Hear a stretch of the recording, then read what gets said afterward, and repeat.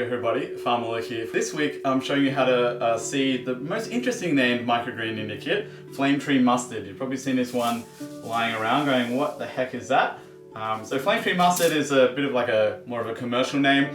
It's also known as Mizuna or Japanese mustard green. Mizuna is a part of the brassica family. So brassicas include kale, cabbage, things like that. So they are vegetables that you are familiar with. Mizuna is not so common in Australia, so this may not be something that you've come across before, but for me it's actually my favourite microgreen. It's got a lot of really interesting flavour and spice to it, and I'm really excited to see you guys get to grow it this week. So grab all the things that you normally need. You're going to need a drip tray, a slotted tray, and your hemp, and you need to grab the Flametree mustard that's labelled like that. Now the measurement for this is it's 10 grams or about 14 mils. So same as we were doing the previous weeks, you can either measure it out with a measuring cup or if you've got some scales, that's fine. So 10 grams or 14 mils, and that's what you need to do. So once you've got all that together, same as sort of usual, the Mizuna is very similar size to the broccoli and to the rocket. A lot of the seeds are quite similar in that respect. So again, I've got my sort of 10 grams of Flametree mustard seed here, so I'm just going to go along and scatter it over.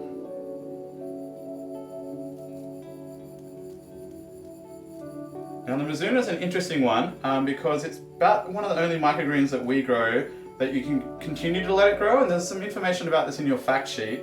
So most microgreens will have like a first leaf stage, and that's the stage we normally harvest at. But with the Mizuna, if you do let it grow a little bit longer, you can actually start to get what we call the true leaf, and that's the leaf that if you're normally growing Mizuna sort of in a regular farming setting and harvesting it for the leaf, that's the leaf you will be looking for. And the true leaf has this wonderful zigzag shape and has this amazing color to it as well. It's like purple and red, hence the name Flametree. It's sort of like this, it looks like a bunch of sort of a little forest that's on fire, and I really love it. So that's something to look forward to with this one. You can let it go that little bit extra and start to get some of the true leaf, and it's really tasty. So you see here, I've seeded this pretty good, pretty happy with that. Yeah, nice coverage. Again, just always making sure you get all the corners, get all the edges, and break up any little clumps, because you don't want them getting all together and not germinating properly. And I'm going to put it in my drip tray here and give it a little mist. Now the Mizuna has a similar germination time to the broccoli and the rocket, so you're looking at sort of like 3 to 5 day window. Again, we are getting into winter now, so you may need maybe a day extra, just depending on how warm or cold your climate is.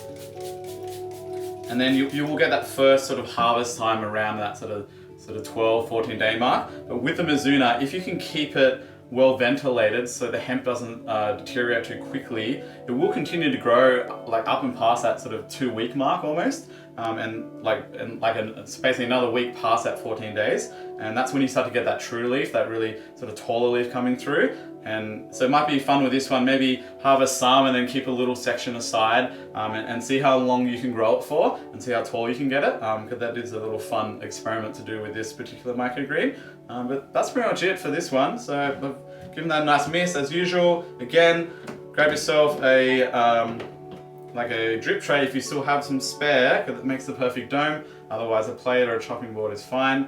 But that's pretty much it for Flametree mustard, or Japanese mustard green, or Mizuna. It comes by a lot of names, so maybe keep an eye out in the shops now when you're going around, and keep an eye out for some of those names, because it is a really great leafy green to try, and it's great in salads and great in soups, and it's got this wonderful like peppery, almost horseradish wasabi kind of taste to it, and it's definitely my favorite. So I'm really excited for you guys to grow it this week. We'll see how it goes. Until next week, I'm Farmer Luke saying happy growing.